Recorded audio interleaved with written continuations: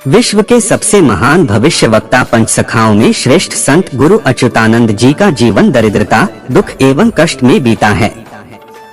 15 दिनों में एक बार खाद्य ग्रहण करते थे। जल में तुलसी के पत्ते डालकर उसी को पीकर जीवित रहते थे। जहाँ भी जाते थे लोग उनका मजाक उड़ाते थे, गाली देते थे। इतने दुख, दर्द, कष्ट को सहकर भी उन्होंने सत्य का मार्ग कभी नहीं छोड़ा। दिन रात एक करके जन कल्याण के लिए 1,85,000 ग्रंथों की रचना किया, जो कि आज हम सब के लिए अमृत के समान है। कुछ ऐसे थे महाप्रभु जगन्नाथ जी के एक तत्व तथा उनके परम भक्त संत गुरु अच्युतानंद दास एवं इतिहास में पहली बार 600 वर्षों के बाद आज उनके खोए हुए सम्मान को उन्हें लौटाने का प्रयास कर रहे हैं। इस युग परिवर्तन के कालखंड में जहां इंच इंच में कली का निवास है, आप जैसे सच्चे भक्तों ने पुनर्वास यह सिद्ध कर दिया है कि भगवान निश्चित रूप से अपने भक्तों की रक्षा करने के लिए इस धरती पर अवतरित होकर रहते हैं। एक युग में आते हैं। संत गुरु अच्युतानंद जी ने भविष्य मलिका के माध्यम से कहा था कि ना सो जीवे दुष्कर्म के नाश हो जाएंगे, पापी आरंभ होगा, भीषण लीला देखते रहेंगे, बैठकर अछूता उसी क्षण अहंकार में जी रहे होंगे, जो भी मनुष्य गण बचकर भाग न पाएंगे। जब होगा कल की कह आगमन, सरल भाषा में कहूँ आज जो मनुष्य अहंकार तथा घमंड में जीते हैं कि मेरे पास बहुत धन है, मैं महान हूँ, मैं ज्ञानी हूँ, बाकी सब मेरे नीचे, वैसे लोग कल्कि के चक्रव्यूह में फंसकर छटपटाते रह जाएंगे। फिर भी दया शर्मा का भी उन्हें कभी प्राप्त नहीं हो पाएगा। जब भारत पर चाइना समेत 13 इस्लामिक देश आक्रमण करेंगे, तब भारत का साथ देने कोई भी देश सामने नहीं आएगा। रशिया मौन रहेगा। यूएसए के सब बर्बाद हो चुके होंगे। अफ्रीकन कॉन्टिनेंट बीच से टूटकर अलग हो चुका होगा। ऑस्ट्रेलिया जैसे आइलैंड देश समुद्र के गर्भ में समा चुका होगा। परंतु जब परिस्थिति हाथ से निकलने लगेगा, तब जगत के नाथ जगन्नाथ अपने माया का रचना करेंगे एवं उस घोर अंधकार में से प्रकट होंगे। अंतिम अवतार कल की अवतार कुछ ऐसा लिखा है।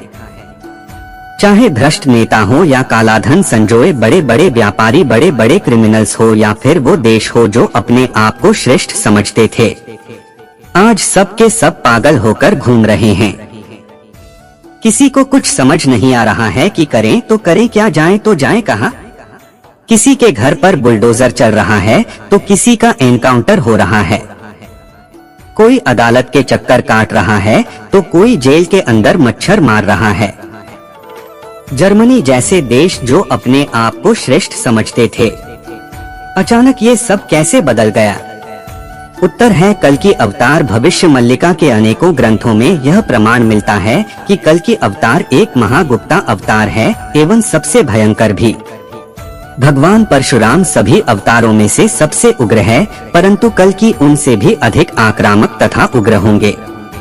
भगवान श्री कृष्ण सभी अवतारों में से सबसे अधिक छल कपट करते थे, परंतु कल की उनसे भी अधिक कपटी होंगे। और हो भी क्यों ना, जब युग कलयुग हो, जहाँ 90% लोग मनुष्य नहीं शुरू हो, जहाँ जीव जंतुओं को काट काट कर खाया जाता हो, जहाँ पेड़ पौधों को नष्ट करके अपना लोभ पूरा किया जाता हो, जहाँ नारियों के ऊपर असंख्य अपराध किए जाते हो, जहाँ बेटा बाप को धक्के मारकर घर से निकाल देता हो।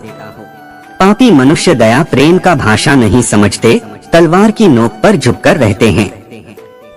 पिछले 5000 वर्षों में मनुष्य जाति में इस धरती पर जितने भी जघन्य अपराध किए हैं, जितने भी कुकर्म किए हैं, आज दरबदर भटक रहे हैं, भीख मांगने के कगार पर पहुंच चुके हैं। पहले जो पाकिस्तान भारत को आंख दिखाता था, आज उसी पाकिस्तान के लोग दाल चावल आटे के लिए अपने बीच ही लड़ रहे हैं। क्या आपने कभी सोचा है कि अचानक पूरे विश्व में इतना बड़ा बदलाव कैसे हो गया? पिछले 4-5 सालों के अंदर इतना बड़ा परिवर्तन आखिर कैसे हो गया? कल जिस भारत के लोग यह कहते थे कि इस देश का कुछ नहीं हो पाएगा, आज वही लोग विश्व गुरु बनने का सपना देखते हैं। उनका हिसाब किए बिना योग्य परिवर्तन एक असंभव कार्य है।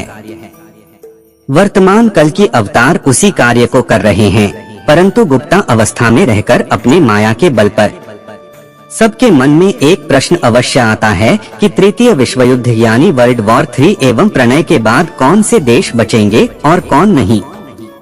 भविष्य मालिका के अनुसार रूसिया, जर्मनी, ब्रिटिश येस राज्य, दौड़ाई राज्य भारत तो जय भगवान अंको राजन मस्तानो निष्ठा घोटाले हैं।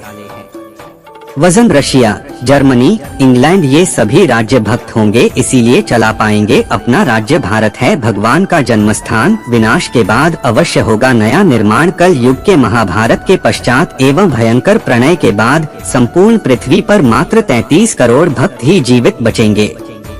उनमें से कुछ भक्त भारत के होंगे, कुछ भक्त रशिया के होंगे, कुछ भक्त जर्मनी के होंगे, कुछ भक्त इंग्लैंड के होंगे, कुछ भक्त जापान के होंगे, कुछ भक्त ईरान जैसे देश भी होंगे और वही भक्तगण अपने अपने देश में एक नए आरंभ का नींव रखेंगे।